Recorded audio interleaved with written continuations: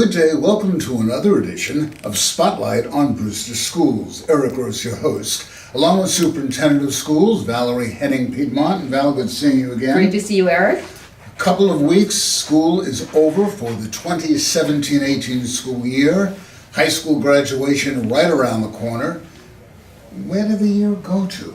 I don't know. It just, we suddenly seem to end up here on, in June with lots of really great end of the year activities that, we all look forward to. And just, again, as you said, looking back and wondering, how did we use all this time? But we certainly did have an abundance of activities for this past year. And it's somewhat shortened school year too with all the crazy weather.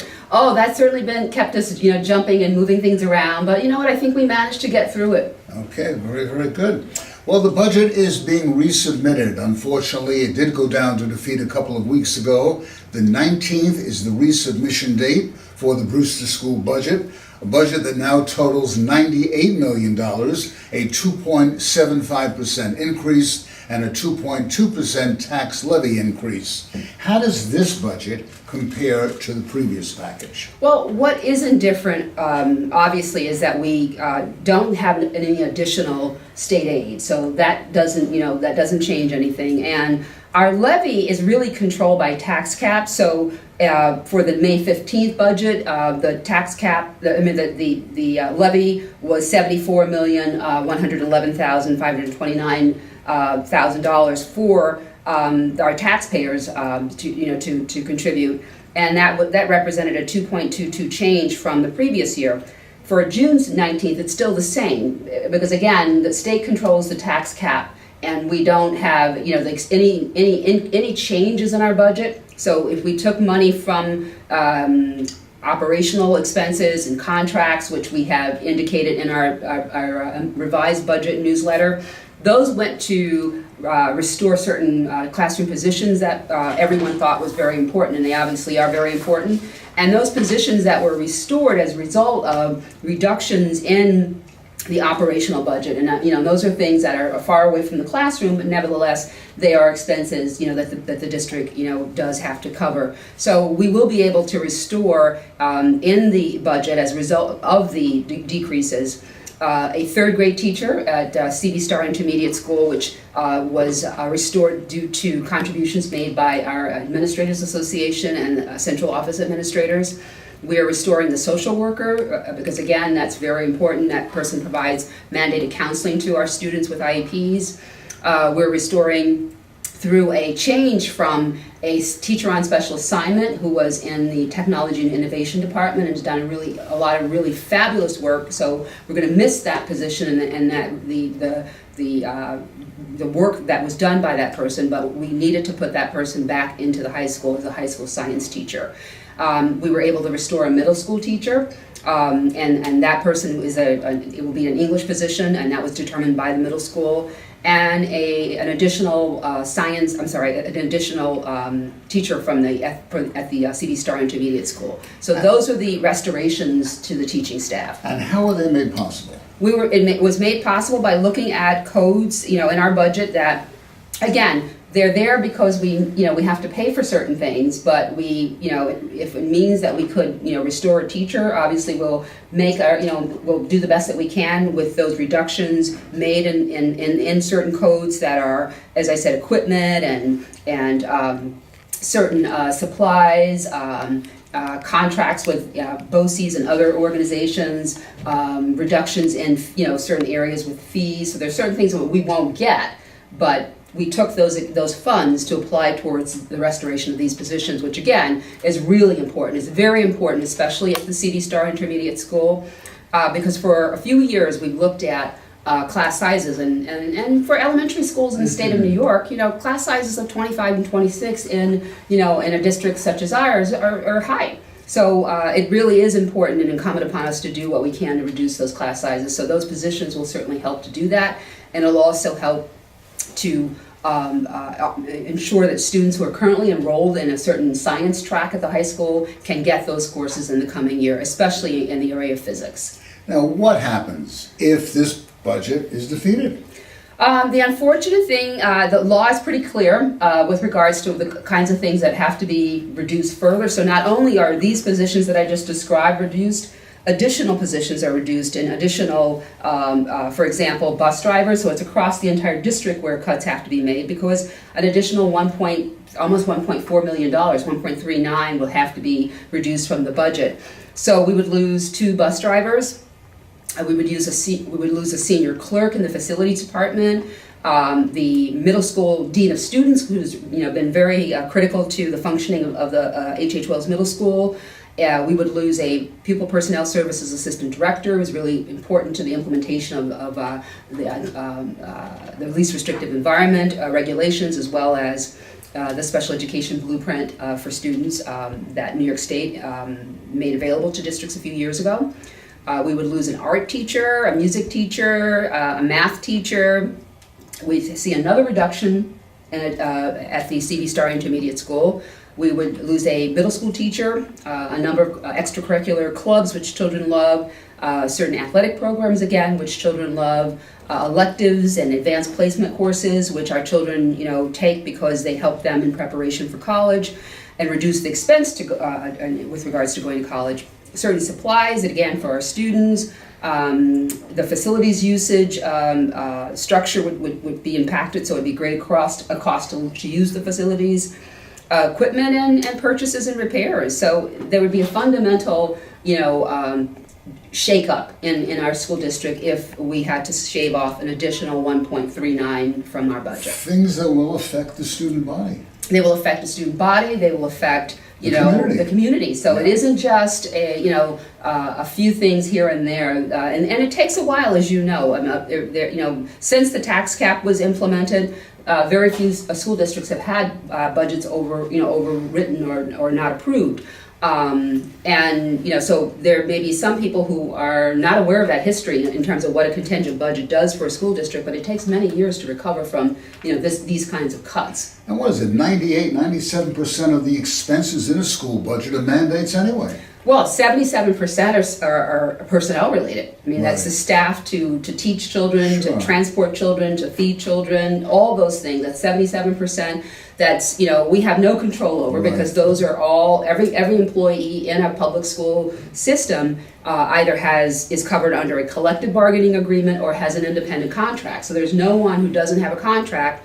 And a contract has stipulated guaranteed benefits. So, increases in salary are written into a contract, and a typical contract is anywhere between, 4 to 5 years. For our teachers, it's typically, 4 years. For administrators, and the AAB, it's typically about 3-4 years. So those are guaranteed increases. So that's the 77% of the budget. The other portion of the budget is operational.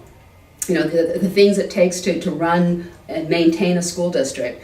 There are other mandated expenses that we don't have control over, such as, we certainly don't have control over the tax cap. We certainly don't have control over the any increases to healthcare, even though we participate in a consortium that reduces the cost for healthcare. Teacher retirement system, which we absolutely have no control over. We're happy when the contribution level is lower, as was the case last year, which is why we didn't have an issue last year. Right. So we didn't have, to close a huge gap as a result of TRS contributions.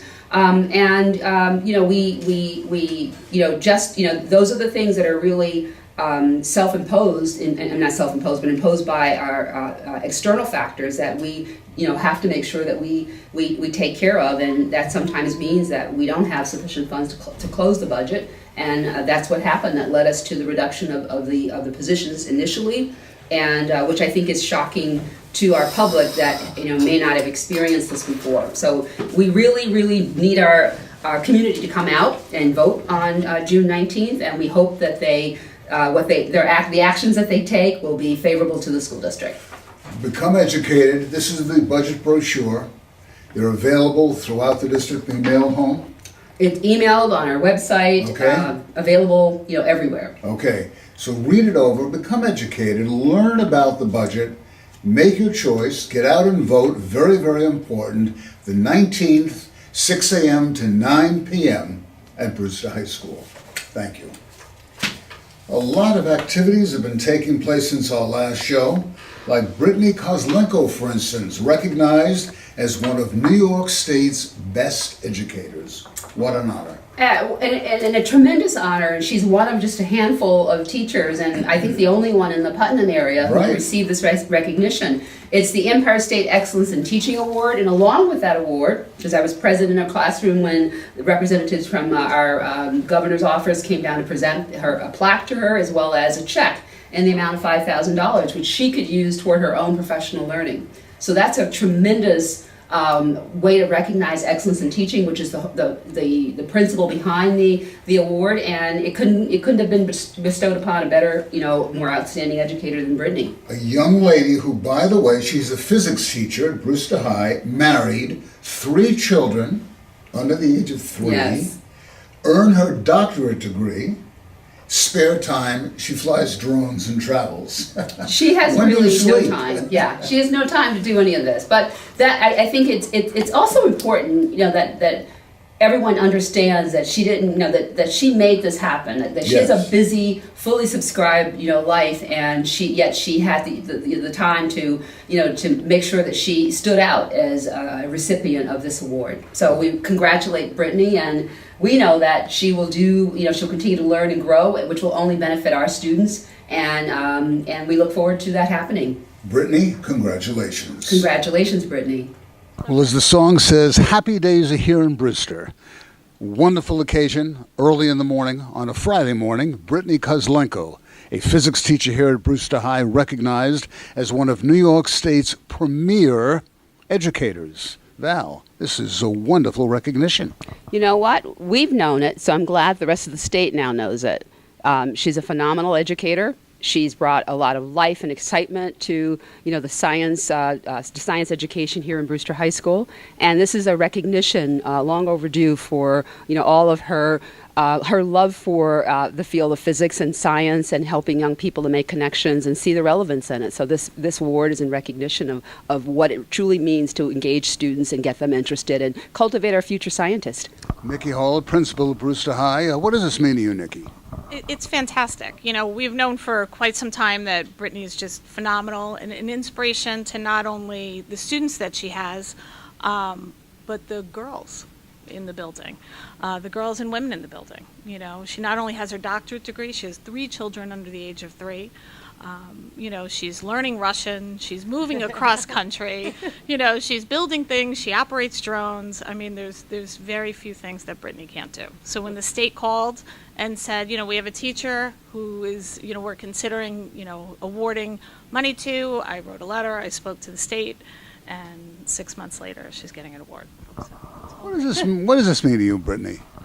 This is incredible. I don't even know how to put in words. I love teaching. I love working with the students. I clearly love physics and robotics, and getting to work with them is incredible. So a lot of times in teaching, we can get pushed down and shoved down. So it's nice to be recognized and to see that all this hard work is paying off, and others have noticed it as well. So I'm just still taking it all in. 3 children under the age of 3. Yeah. Flying drones, traveling, physics teacher. What do you do in your spare time? Sleep. There's not much of it.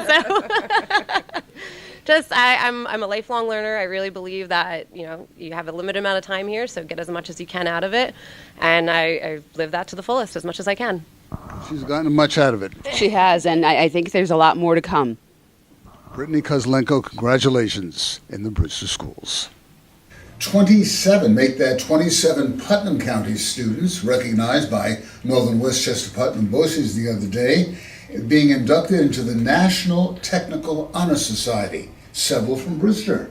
Several are from Brewster, and I want to congratulate Jana Norquist, Kayla Harris, Amber Hollick, for being inducted into the Tech Center National Honor Society. I mean, these are outstanding children. Not only are they taking courses at Brewster High School, they're also taking courses through the Tech Center, and they're also taking courses that are college-level courses.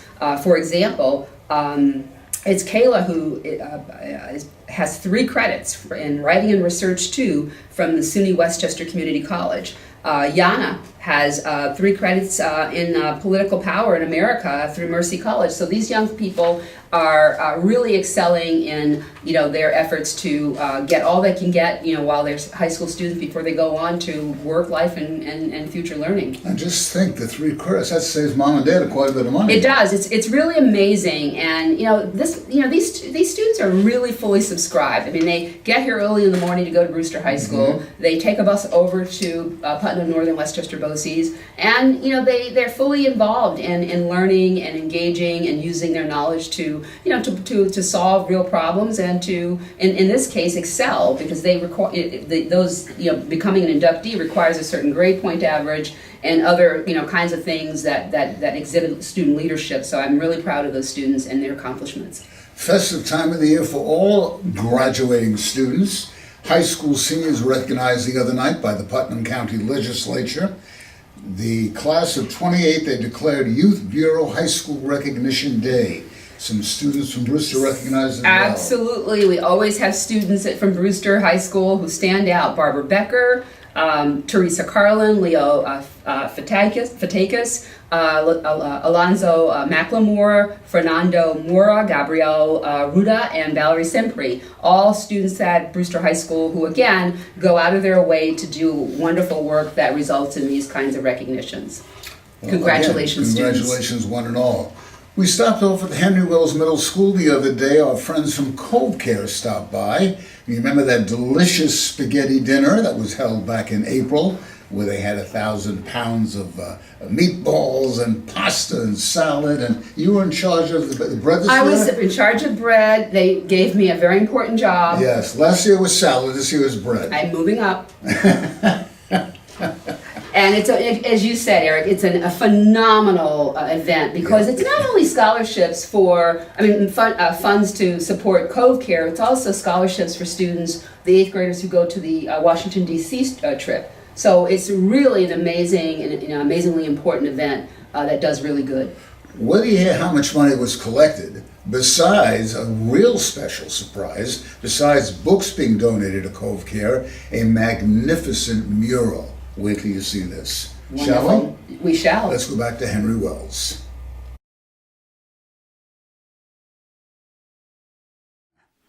The mural behind us says it all.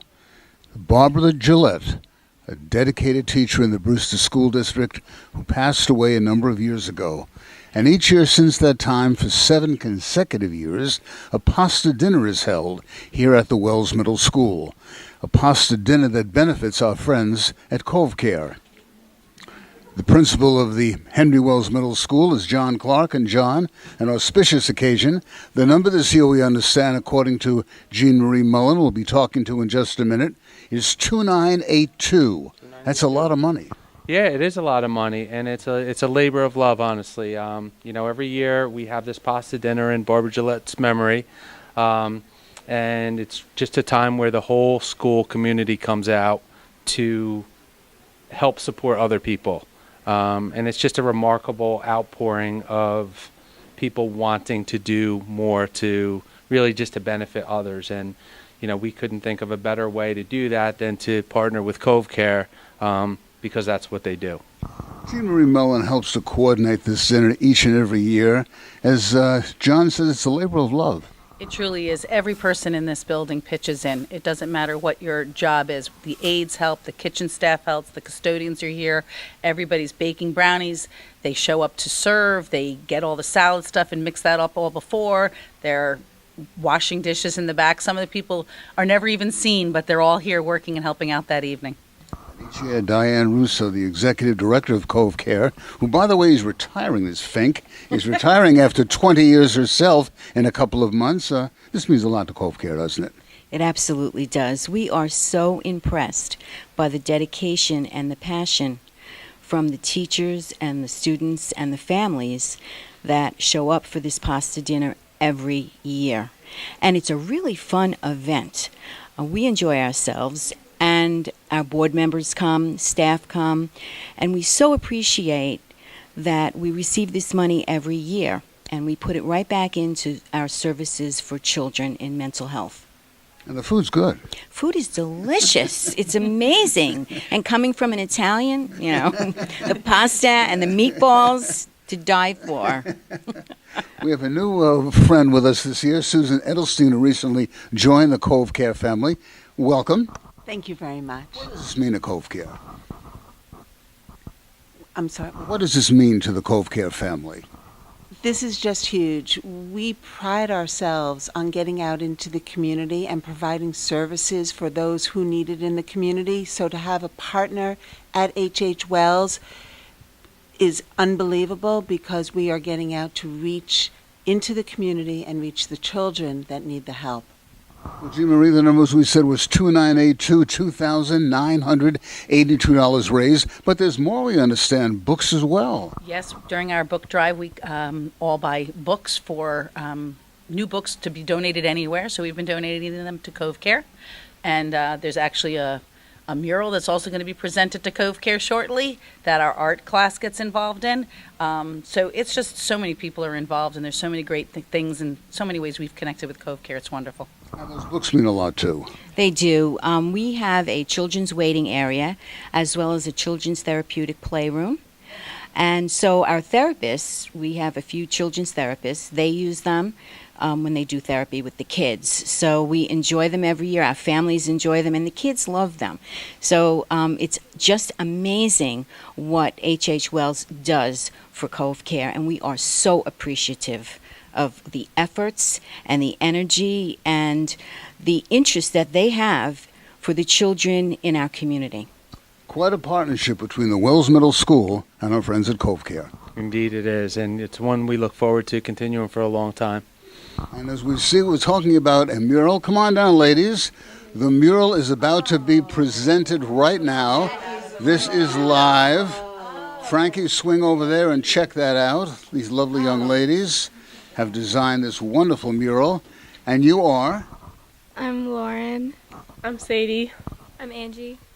And why did you guys design this beautiful mural? Well, we felt that Cove was like a really nice thing, and we wanted to give back to them, so we decided to paint this mural. You did a beautiful. How long did it take you? We started the second semester and it took us about half the year, which is like 4 months about. And it was a lot of hard work, but it paid off. And I know, who do you want to thank? Your favorite art teacher over there, Mrs. Othman. Come on over here, my friend. Yeah. Well dressed for the occasion. And what does this mean to you? Thank you. It means that we want to like support Cove and that it's a really good organization to help people. Why? Why did you guys decide? Well, we talked to Demi about the program, and a lot of people don't know what Cove is about, and it includes the whole community. It doesn't just help families, it helps the school, it helps the community at large, so they wanted to express that in a visual way. You've done a beautiful job. So we have a check, we have books, and we have a mural, all for our friends at Cove Care. Thank you so much. Good work, guys. Thank you. Thank you. And since we're at the Henry Wells Middle School, the other day, a gentleman stopped by. Actually, he emailed Valerie. Tell him the story. Mr. Paul Reisick emailed me last week to tell me that he owned a painting that was his mom's, and his mother had downsized and moved elsewhere, and this painting was still available, and he knew it was a painting of Mr. Wells, and he didn't want it to just go anywhere. He didn't want it to go to like a thrift shop, but he knew that Brewster Central School District would likely value that gift. So I asked him if he could come, and we found a time, and he came and brought the painting, and it's just exceptional and wonderful to have that historical some representation from the past that will now be part of the life of the H.H. Wells Middle School. Reisky family, we thank you so very much. We do. Thank you so much for your generosity. Well, Val, an unexpected gift for the Brewster Central School District. Thanks to Paul Reisky. Paul is a 1990 graduate of Brewster High School. He went to the old Garden Street School, Henry Wells, then Brewster High. And Paul, this wonderful picture of Henry Wells. Where did it come from? This was my mother's painting. She got it from the auction when Mr. Wells died in the early 80s. And it's been laying around the house, and you decided to donate to the school. Well, my mother just moved, and she didn't have the means to take everything she had with her, so she wanted to donate this and gave it to me to bring around. Valerie, what an unusual gift, a treasure for the Brewster School District. It is. Mr. Reisky emailed me last week, and he, told me the story of how this painting was available, and he had it. It was in his mom's home, and in order for it to be used, the best thing to do would be to donate it to the school district. With that offer, of course, I said, absolutely, we'd love to have it, and was, deeply appreciative of the fact that he thought about the school district. But he did not tell me in his email that he was a graduate of Brewster High School from 1990. He left out that detail. And something special, too, your mom was a former employee of the Brewster Schools. Yes, she was here in the 80s and 90s, and I believe early 2000s as a bus driver for the Brewster School District. 20-some-odd years. Yes, yeah. Well, this is a wonderful, wonderful gift, a year-end gift. It is. And we're sure it's going to be placed in a very special place of honor at the Wells Middle School. Wells Middle School. And I want to thank Mr. Reisky so much for reaching out to me and sharing this with us. Obviously, we really appreciate mementos associated with the namesake of Henry H. Wells, and the faculty and staff and parents of H.H. Wells, or on behalf of them, I want to thank you as well for making this wonderful gift available to the school district. Well, you're more than welcome. Very glad to contribute. Great. And thank you, sir. All right, thank you. The Reisky family. Well, it was a day to remember for the CV Star musicians. The young people went to the High Note Music Festival in Bristol, Connecticut, and came back as champions. They came back with the ranking of excellent and superior in 3 selections that they performed at from judges from the Western Connecticut State University. 5th grader, director, music educator, Ms. Sasha Ono and Mrs. Andrea Perdico were the guest conductors.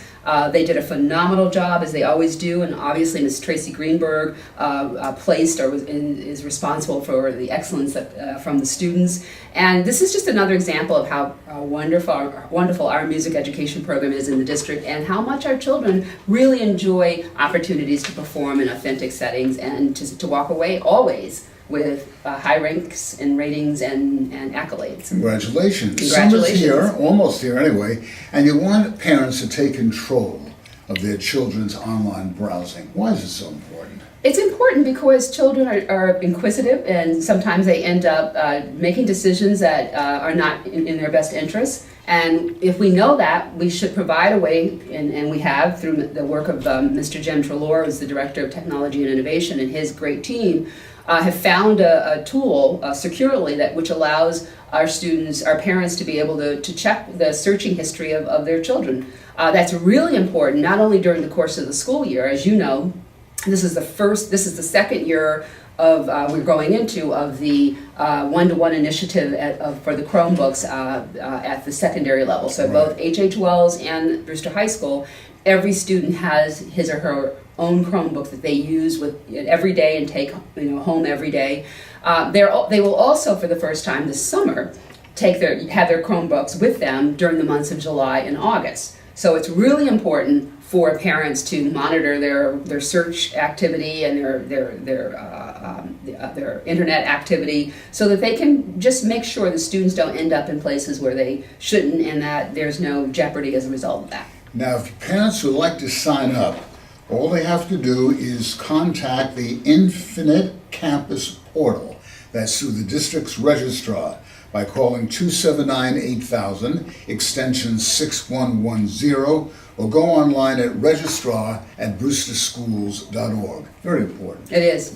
I want to thank Mr. Trelaw and his team for making this possible.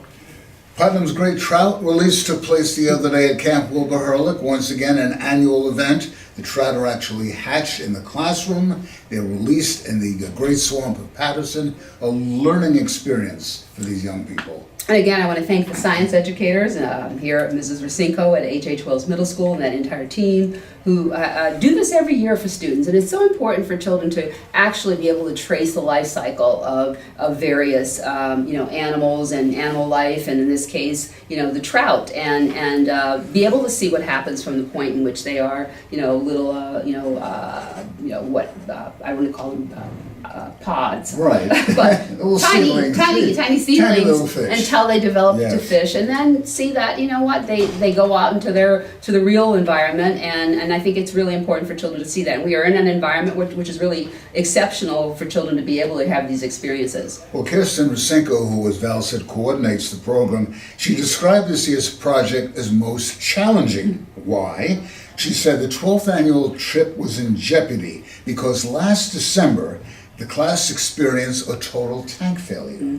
So after contacting her friends at Trout Unlimited, they were able to obtain new fish, and the project went on. Problem solving at its best. Congratulations. Softball teammates sign letters of intent. We go through this every spring. It's a wonderful time where these young people actually sign those letters right in front of the camera, and off they go to college. And that's wonderful because, as you know, we have a really, I think, exceptional athletic program here in the district, and it makes sense for our students, to be able to, use their talents to gain scholarships in early an entrance into colleges where they can continue to play and be excited about their sports. So I want to thank and congratulate those students. Taylor and Francesca for signing their letters of intent, as well as for Lisa and Pat, who were also there to cheer on their students. Let's go back and check out that signing. Well, Dean Barato, a full house today at Brewster High. Two young ladies, softball outstanding athletes, student athletes, signing letters of intent for next fall. Tell us about it. It's another great day here in the athletic department at Brewster High School, Brewster Central Schools. We have Francesca Ciaffi, another 2 or 3 year player for us at the varsity level. We got Taylor Riccardi, a 5-year player at the varsity level. They've been responsible for, along with others, as part of the core group of success we've had at softball over the past several years. So it's just a happy privilege to present them and enjoy the celebration with their families. Congratulations, ladies. Let's start with the coaches today. Lisa takes a deep breath. Lisa Delzio. Lisa, what kind of gals are Taylor and Francesca? They're fantastic young ladies. As Dean said, they're just amazing student athletes, which is so important. And they're both incredible softball players. Taylor's part of the program 5 years. Francesca on varsity for 3, but she's been up here since middle school. Co-captains this year. They're just absolutely phenomenal. And I'm going to miss them very much next year. Pat, the co-coach. What do you want to add, Pat? Super young ladies over here, huh? They're awesome players, and we're really going to miss them. Really, they Great futures ahead. yes, they do. Let's meet the young ladies and their moms and dads as well. We're going to Roger Williams and Geneseo. Francesca, congratulations. Why did you select Roger Williams? I really thought it'd just be the best fit for me. It has a really good business program, which I'm going into, and it's a really good location right by the water. It's been a good experience for you playing softball, as Mr. Barato says, for 5 years here at Brewster High? Yes, definitely. It's been a great experience. I try to contribute as much as I can all throughout my years here. Taylor? Ms. Geneseo over here, the cold country, north, a lot of snow. You like snow? Sometimes. Depends. Not when you're playing softball. No, not when I'm playing softball, but on the other times it's fun. Why did you pick Geneseo? Geneseo, it gave me the best offer. I really enjoyed the campus, and it had a great biology program as well, which I'm going to be studying next year. And I got to play a sport that I love, which was also a good package. Softball was a good experience for you, I take it. Yes, it is. I met a lot of great teammates and coaches and great parents as well along the way, which was really awesome. Well, let's congratulate moms and dads as well. Mom and dad, what's your feeling of this auspicious occasion? Oh, it's wonderful. It's been a long haul. The kids have been playing since they were, 6, 7 years old, and to see them come through the programs with the success that they've had. Great coaching, great staff, great administration. It's been a pleasure having them play here at Brewster. Hard to believe we're graduating right around the corner, huh, Ma? Yes, absolutely. Very happy but emotional time. Very happy for both girls. They've been a success in the school and on the field for some years now. So looking forward to watching them play at the next level. And what about Roger Williams over here? Yeah, it's a great experience for her. I think she'll do wonderful, and I'm so happy for her, and I wish her the best of luck. Dad? Oh, well, I'm so proud of her. She worked so hard to get to this point. From the first time she played as a little kid and up to this level, she always had to work and earn her spot, and she did. And we're so proud of her, and we love her so much. I'm sure many, many more successes in the future. Absolutely. Thank you. Well, Dean, shall we make it official? Let's make it official, Eric. Proud moment for us. Let's go, ladies. Okay, as well. ladies, sign that on the dotted line.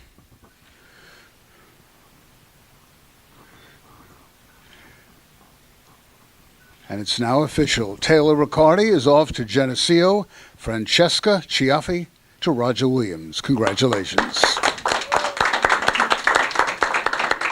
And of course, our congratulations ahead of time goes out to the Brewster High School sectional champion, hopefully state champion, lacrosse team.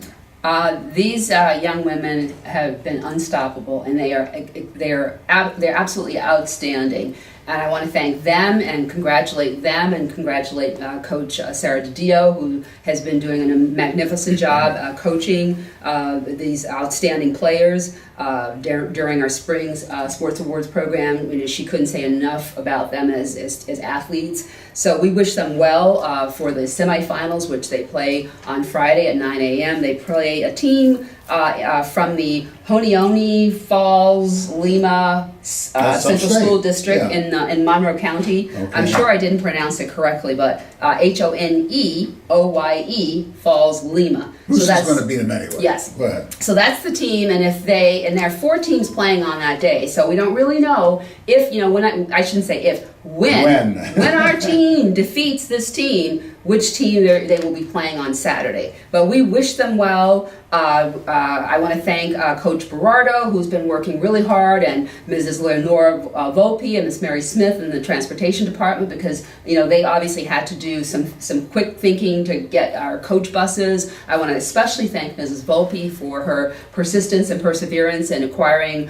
a coach bus, because this is a 4-hour bus ride up to Cortland, and we want our athletes to arrive there rested, as a result of being comfortable, and so they will go in a style befitting their achievements.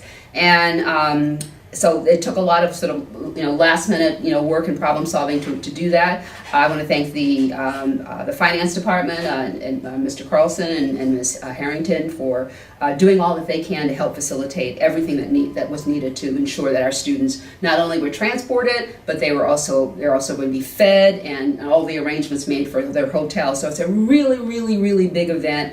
And we want to do everything to make sure that they're successful so that they can continue to be the athletes that they've been so far, which has been unstoppable and just phenomenal. So congratulations again, girls lacrosse team, and to Coach DiDio and Coach Berardo for all their great work. We want to thank the moms and dads out there too for all the schlepping back and forth and the transport. Absolutely, the parents. I'm sure there'll be parents who will be in Cortland on Friday. I'm sure many can't, but they have been, involved in cheering and encouraging the team and going out and making sure that they're there to represent Brewster. So we want to thank them, and hopefully they'll be able to take the trip to Cortland. And if not, they're cheering, and showing their spirit from a distance. And obviously we'll be tweeting as much as possible, and anyone who's there who will be taking photos and sharing those. So my prediction is that they are going to be the state champions. Okay, you heard it first, and the results will be on the website. Absolutely. Okay, so just check the website periodically throughout the weekend to get the numbers. Before we do sign off, yes, you want to congratulate Absolutely. I want to make sure that everyone knows that our second graders went to Storm King and had a marvelous tour of that amazing area with all the artwork outside. I want to thank Frank, who's filming this, for making a little video that's on our website that shows the experience that they were involved in. So that's quite amazing. Miss Olson and all the educators and Dr. Zamplin, of course, was there to make sure that this took place. And you know, it's really important for our children to be able to go on field trips and have this experience. Storm King is an amazing place, and it isn't far away. And you know, now it's an experience that these children will have as they go on, as our second graders go on to third grade. You know, we talk so much about the high school and middle school, the intermediate. It all starts, folks, at the elementary level. And experiences like this are invaluable for young people. They are. They give them, you know, ideas. They help, you know, children to think about, you know, their own strengths and their own interests, and you know, and that stimulation is so essential. So learning, you know, being in the classroom is important, but also exposing children to other opportunities where they can learn and see things and you know, real things and real settings is equally important. Okay. Thank you. Thank you so much for joining us for this edition of Spotlight on Brewster Schools. Again, remember to get out and vote the 19th of June, 6 a.m. to 9 p.m. at Brewster High. Very important, the Brewster School District resubmission for the budget for the 2018-19 school year. For Superintendent Henning, I'm Eric Rose. Frankie, we thank you for your valuable assistance. Until next time, have yourselves a good day. Bye-bye now. Bye-bye now.